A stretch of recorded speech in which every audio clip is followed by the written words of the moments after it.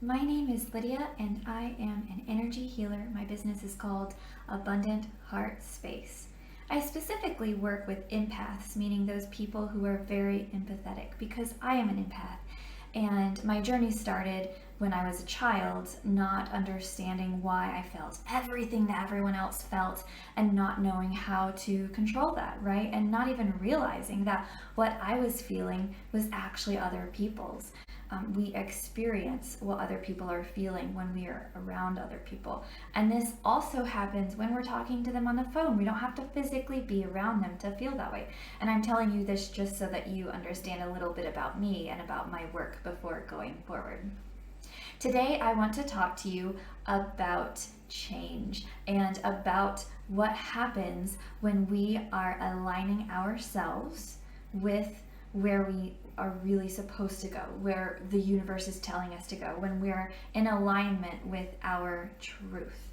And what happens when that occurs is miracles happen and a lot of huge shifts happen, right? And I've gotten to witness this recently. But in doing all of these things, it's been scary because there have been a lot of huge changes. And I feel like everyone who's watching this right now, you are a business owner, most likely. You are a leader. You are someone who is in the process, right, of building this empire for yourself and of helping a lot of people in the process. And because of that, your life, like you've been given this place and it's a great place. And because of that, you're going to have so many big shifts and big changes that you're going to have to make. And this is scary.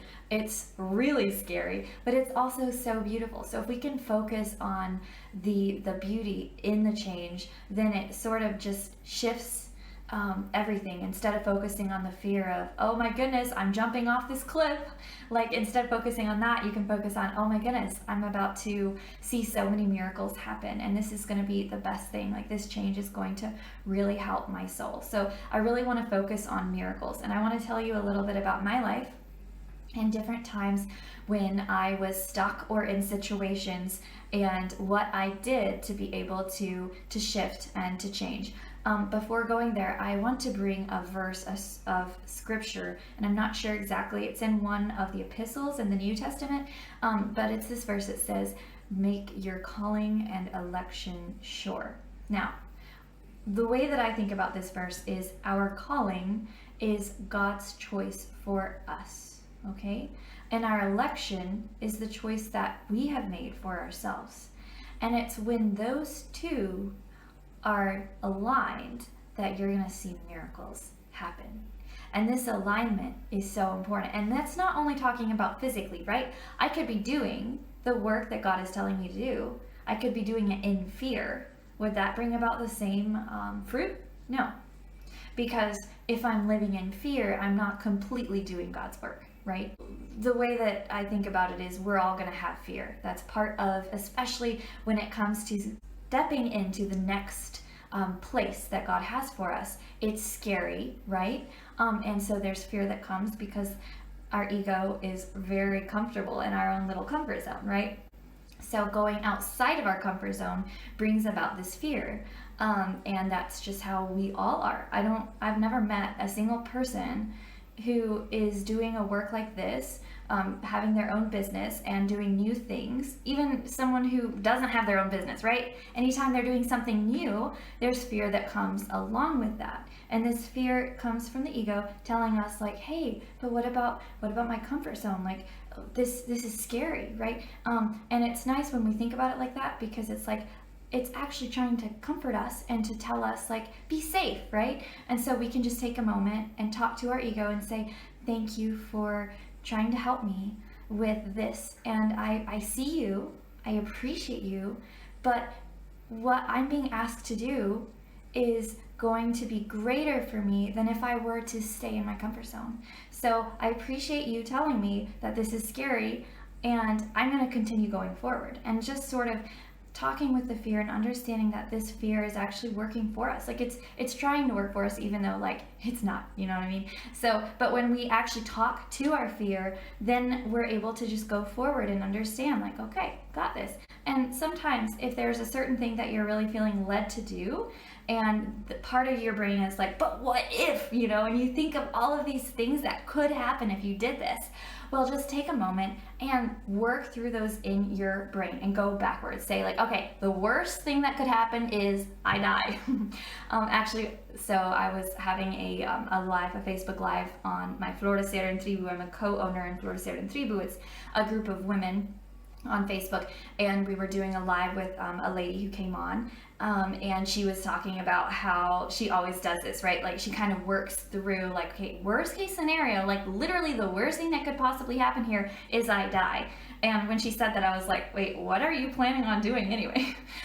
But just kind of reverse engineering what it is that you want to do, right? So that way it can give your ego or that fear that's coming about sort of like, hey, the worst thing that could happen is this, and that's not really bad. Like if I die, I'm gonna go to my creator and I'm gonna be happy. Like, I mean, obviously you don't want to be doing things that you may die, but that's an extreme case, but you know what I'm saying, right? So just sort of understanding and taking away any reason to not go forward, and then you can just keep going forward and let that fear propel you forward.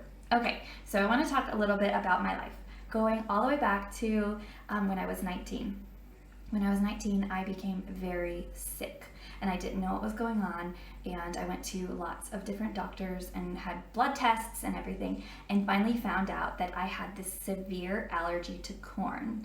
And as I took corn out of my diet, I started having an anaphylactic reaction anytime I would accidentally get corn. And guys, corn is in everything. It's even in sink water in the States because they put a little bit of cornstarch to mix with the chlorine in the water. So corn really is in everything. And that was very hard for me to live like that for years. And as you know, if you live in the States, a lot of our social gatherings revolve around food.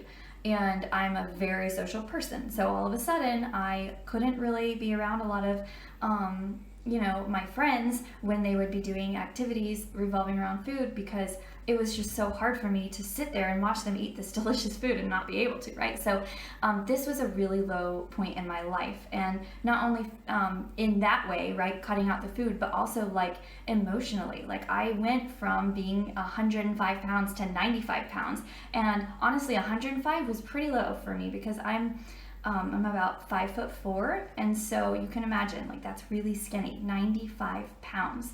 And I was sick all the time, and all of a sudden I had asthma out of nowhere, and it was horrible.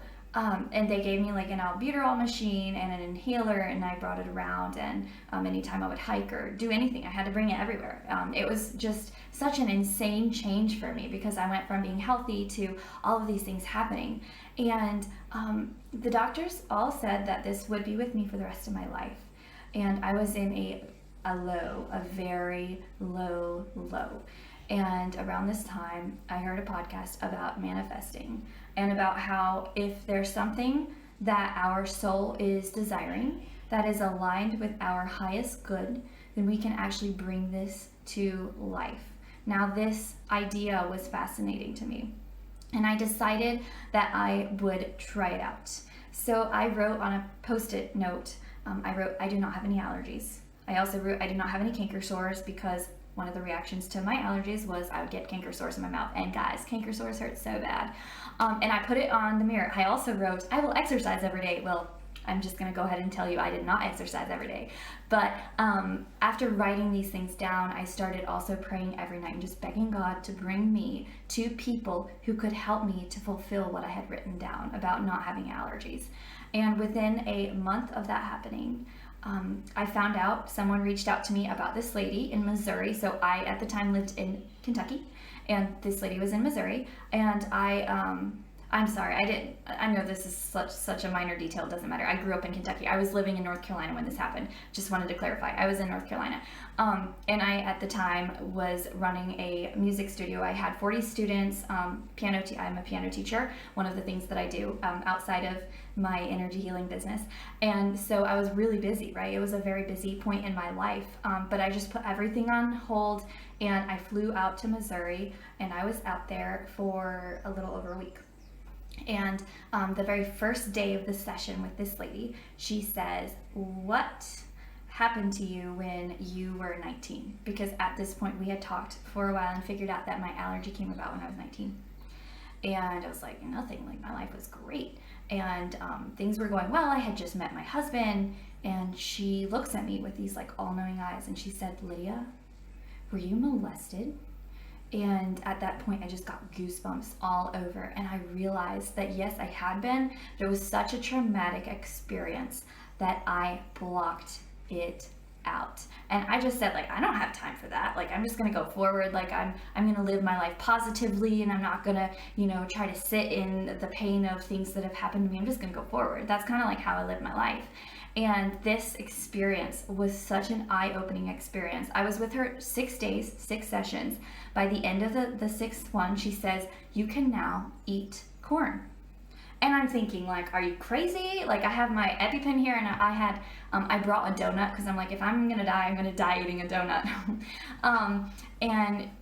But I tried it, and no reaction. It did take my brain a little bit of time to get beyond the whole fear factor with corn, right? Because cognitively speaking, for years I had seen corn as something that did give me a reaction. So it took a while for that. But the actual anaphylactic reaction, nope, nothing. I was totally healed, totally fine.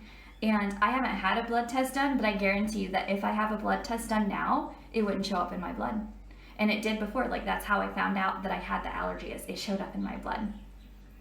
And this, I truly believe that this all happened because I said, no, I'm not accepting the fact that I'm going to have this for the rest of my life.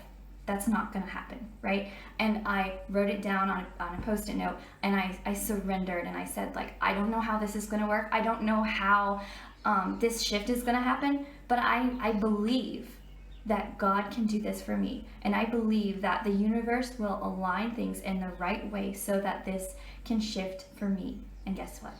It did. And here I am, I'm a whole 120 pounds, and it's so funny because most of my friends are like, I don't want to weigh myself, and I'm like, yay, I'm a whole 120, like, I don't even care if I get up to 130, but it just feels so good, like, not even the physical stuff. I mean, that's a benefit, right? But it's the emotional, the way that I feel about myself, and the peace that I have because I let go of all of that trauma and all of that stuff. And I know my talk today is more about miracles that happen when we are aligned. I also want to say that part of that alignment means healing work with yourself and with other people too. Like, if you have things that are going on in your life, in your relationships, it's so important to heal. That doesn't mean that you're saying it's okay with what people have done. It just means that you get to the point where you can let go of the bitterness, and you can forgive, and you can just let that go from your body, right? And hey, reach out if you'd like to set up a session with me. I love helping people to heal and to provide that space for people to heal. So when I say I'm a healer, it doesn't mean that I heal people. I provide you a space to heal, and I give you the tools to heal, and that's what that is about. So that was one big shift for me, one big miracle that happened in my life. If you are feeling led to do something, even if it's super scary, or if it seems like it can't be done, like my corn allergy, right? Whatever it is, if that intention is in your heart and it feels like it's a burning flame within your heart, there's a reason that's there. And that's because God has put it there. And I just hope that my story and my life could be just another reminder to you that you can do this. You can light that flame, you can feed that flame, and you can make whatever it is happen. And I really hope that my story can help you to do that, that your calling and your election can be made sure. Have a wonderful day.